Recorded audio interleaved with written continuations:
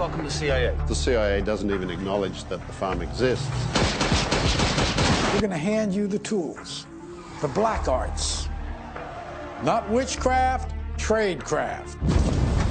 There isn't anybody who hasn't thought about who are those guys? How do they pick those guys? How do you get into the CIA? So why are you here? Why are you here?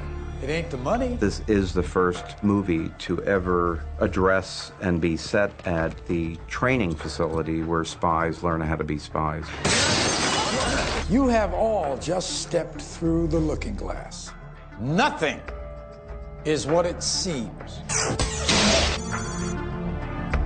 The writers on this project spent a lot of time with Chase Brandon of the CIA, who has worked for the CIA for many, many, many years, including as an instructor at what is known as the farm, the place where CIA operatives are trained. Chase Brandon is a 25-year veteran of various operations as an officer, and we benefited by those 25 years of experience and understanding the real goings-on, what it really takes to become somebody else.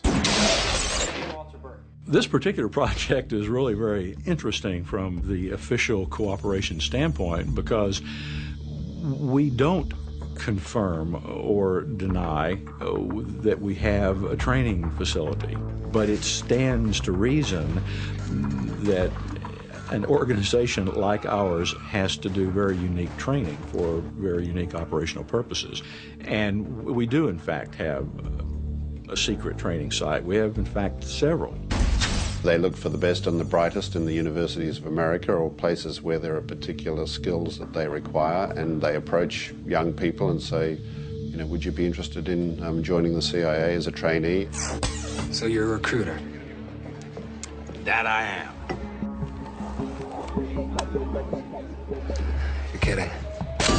When we are looking for people in the clandestine service, we're looking for people who really think and live outside of the box, who are very autonomous, very creative, very energetic, very self-contained, and yet very much team players, people who are neither black nor white in their thinking, but can deal with the ambiguous gray areas of life. Well, in case you haven't noticed, I'm not exactly CIA material.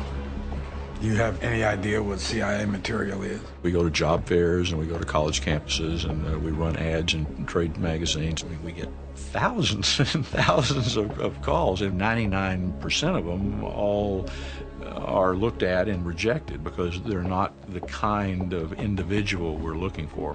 F4, Jacob. You've been caught cheating, pal. Please leave. We make selections about who we think really are serious candidates, and then we'll invite them to a pretty exhaustive interview process and some testing and some operational scenario tests, just a sense of do they have what it takes. And the few that we feel did will be invited at agency expense to be flown to Washington, and then they will spend several days being really interviewed in depth, taking a lot of IQ tests and personality assessment tests. And when you get angry, do you have trouble staying in control? Sure. Some of the questions are pretty funny, if not bizarre. Quickly, would you rather ride on the train, dance in the rain, or feel no pain? And at the end of several days, if we're happy you have all the characteristics we look for, we will have a place for you subject to you passing an extensive background investigation, a polygraph exam, and a medical exam. And then what follows is months of our security people going back to your hometown and wherever they have to go to pull every layer of your particular personal onion back so that we know exactly who you are. Is your name James Clayton? Yes. You were born October 21st, 1976. If you finally have completed all that, you will be packed up and sent off to our secret training facility, and you spend months and months and months down there. Good morning. It's 0600. All CTs report to common area in 15 minutes. It's one of the biggest adventures you'll ever have because you will live and work and train with people who will be your friends and your colleagues and your brethren for the rest of your life. And in the process, you're going to jump out of planes and do escape and evasion. You're going to shoot weapons of all types.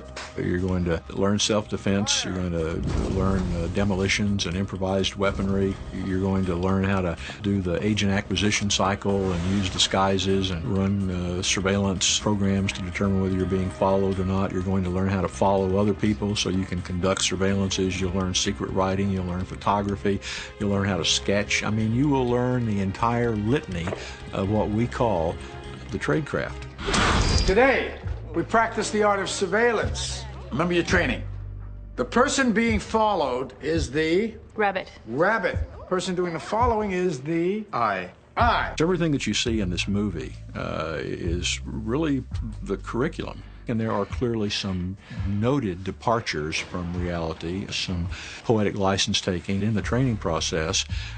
Career trainees are not subjected to physical abuse. I mean, there is no kidnapping, there's no torture. Is it competitive? Absolutely. Is it stressful on the students? Yes, because they are working long hours and they are under a lot of pressure to perform. That's part of the test.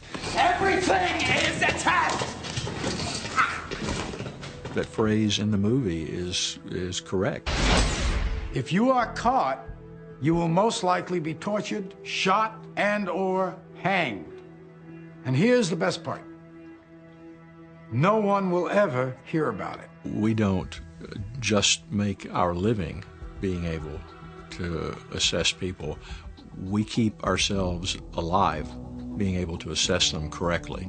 Because if you're going to pitch somebody on the idea of committing treason against their government, you have to get it right. What you should learn from this exercise, and learn it well.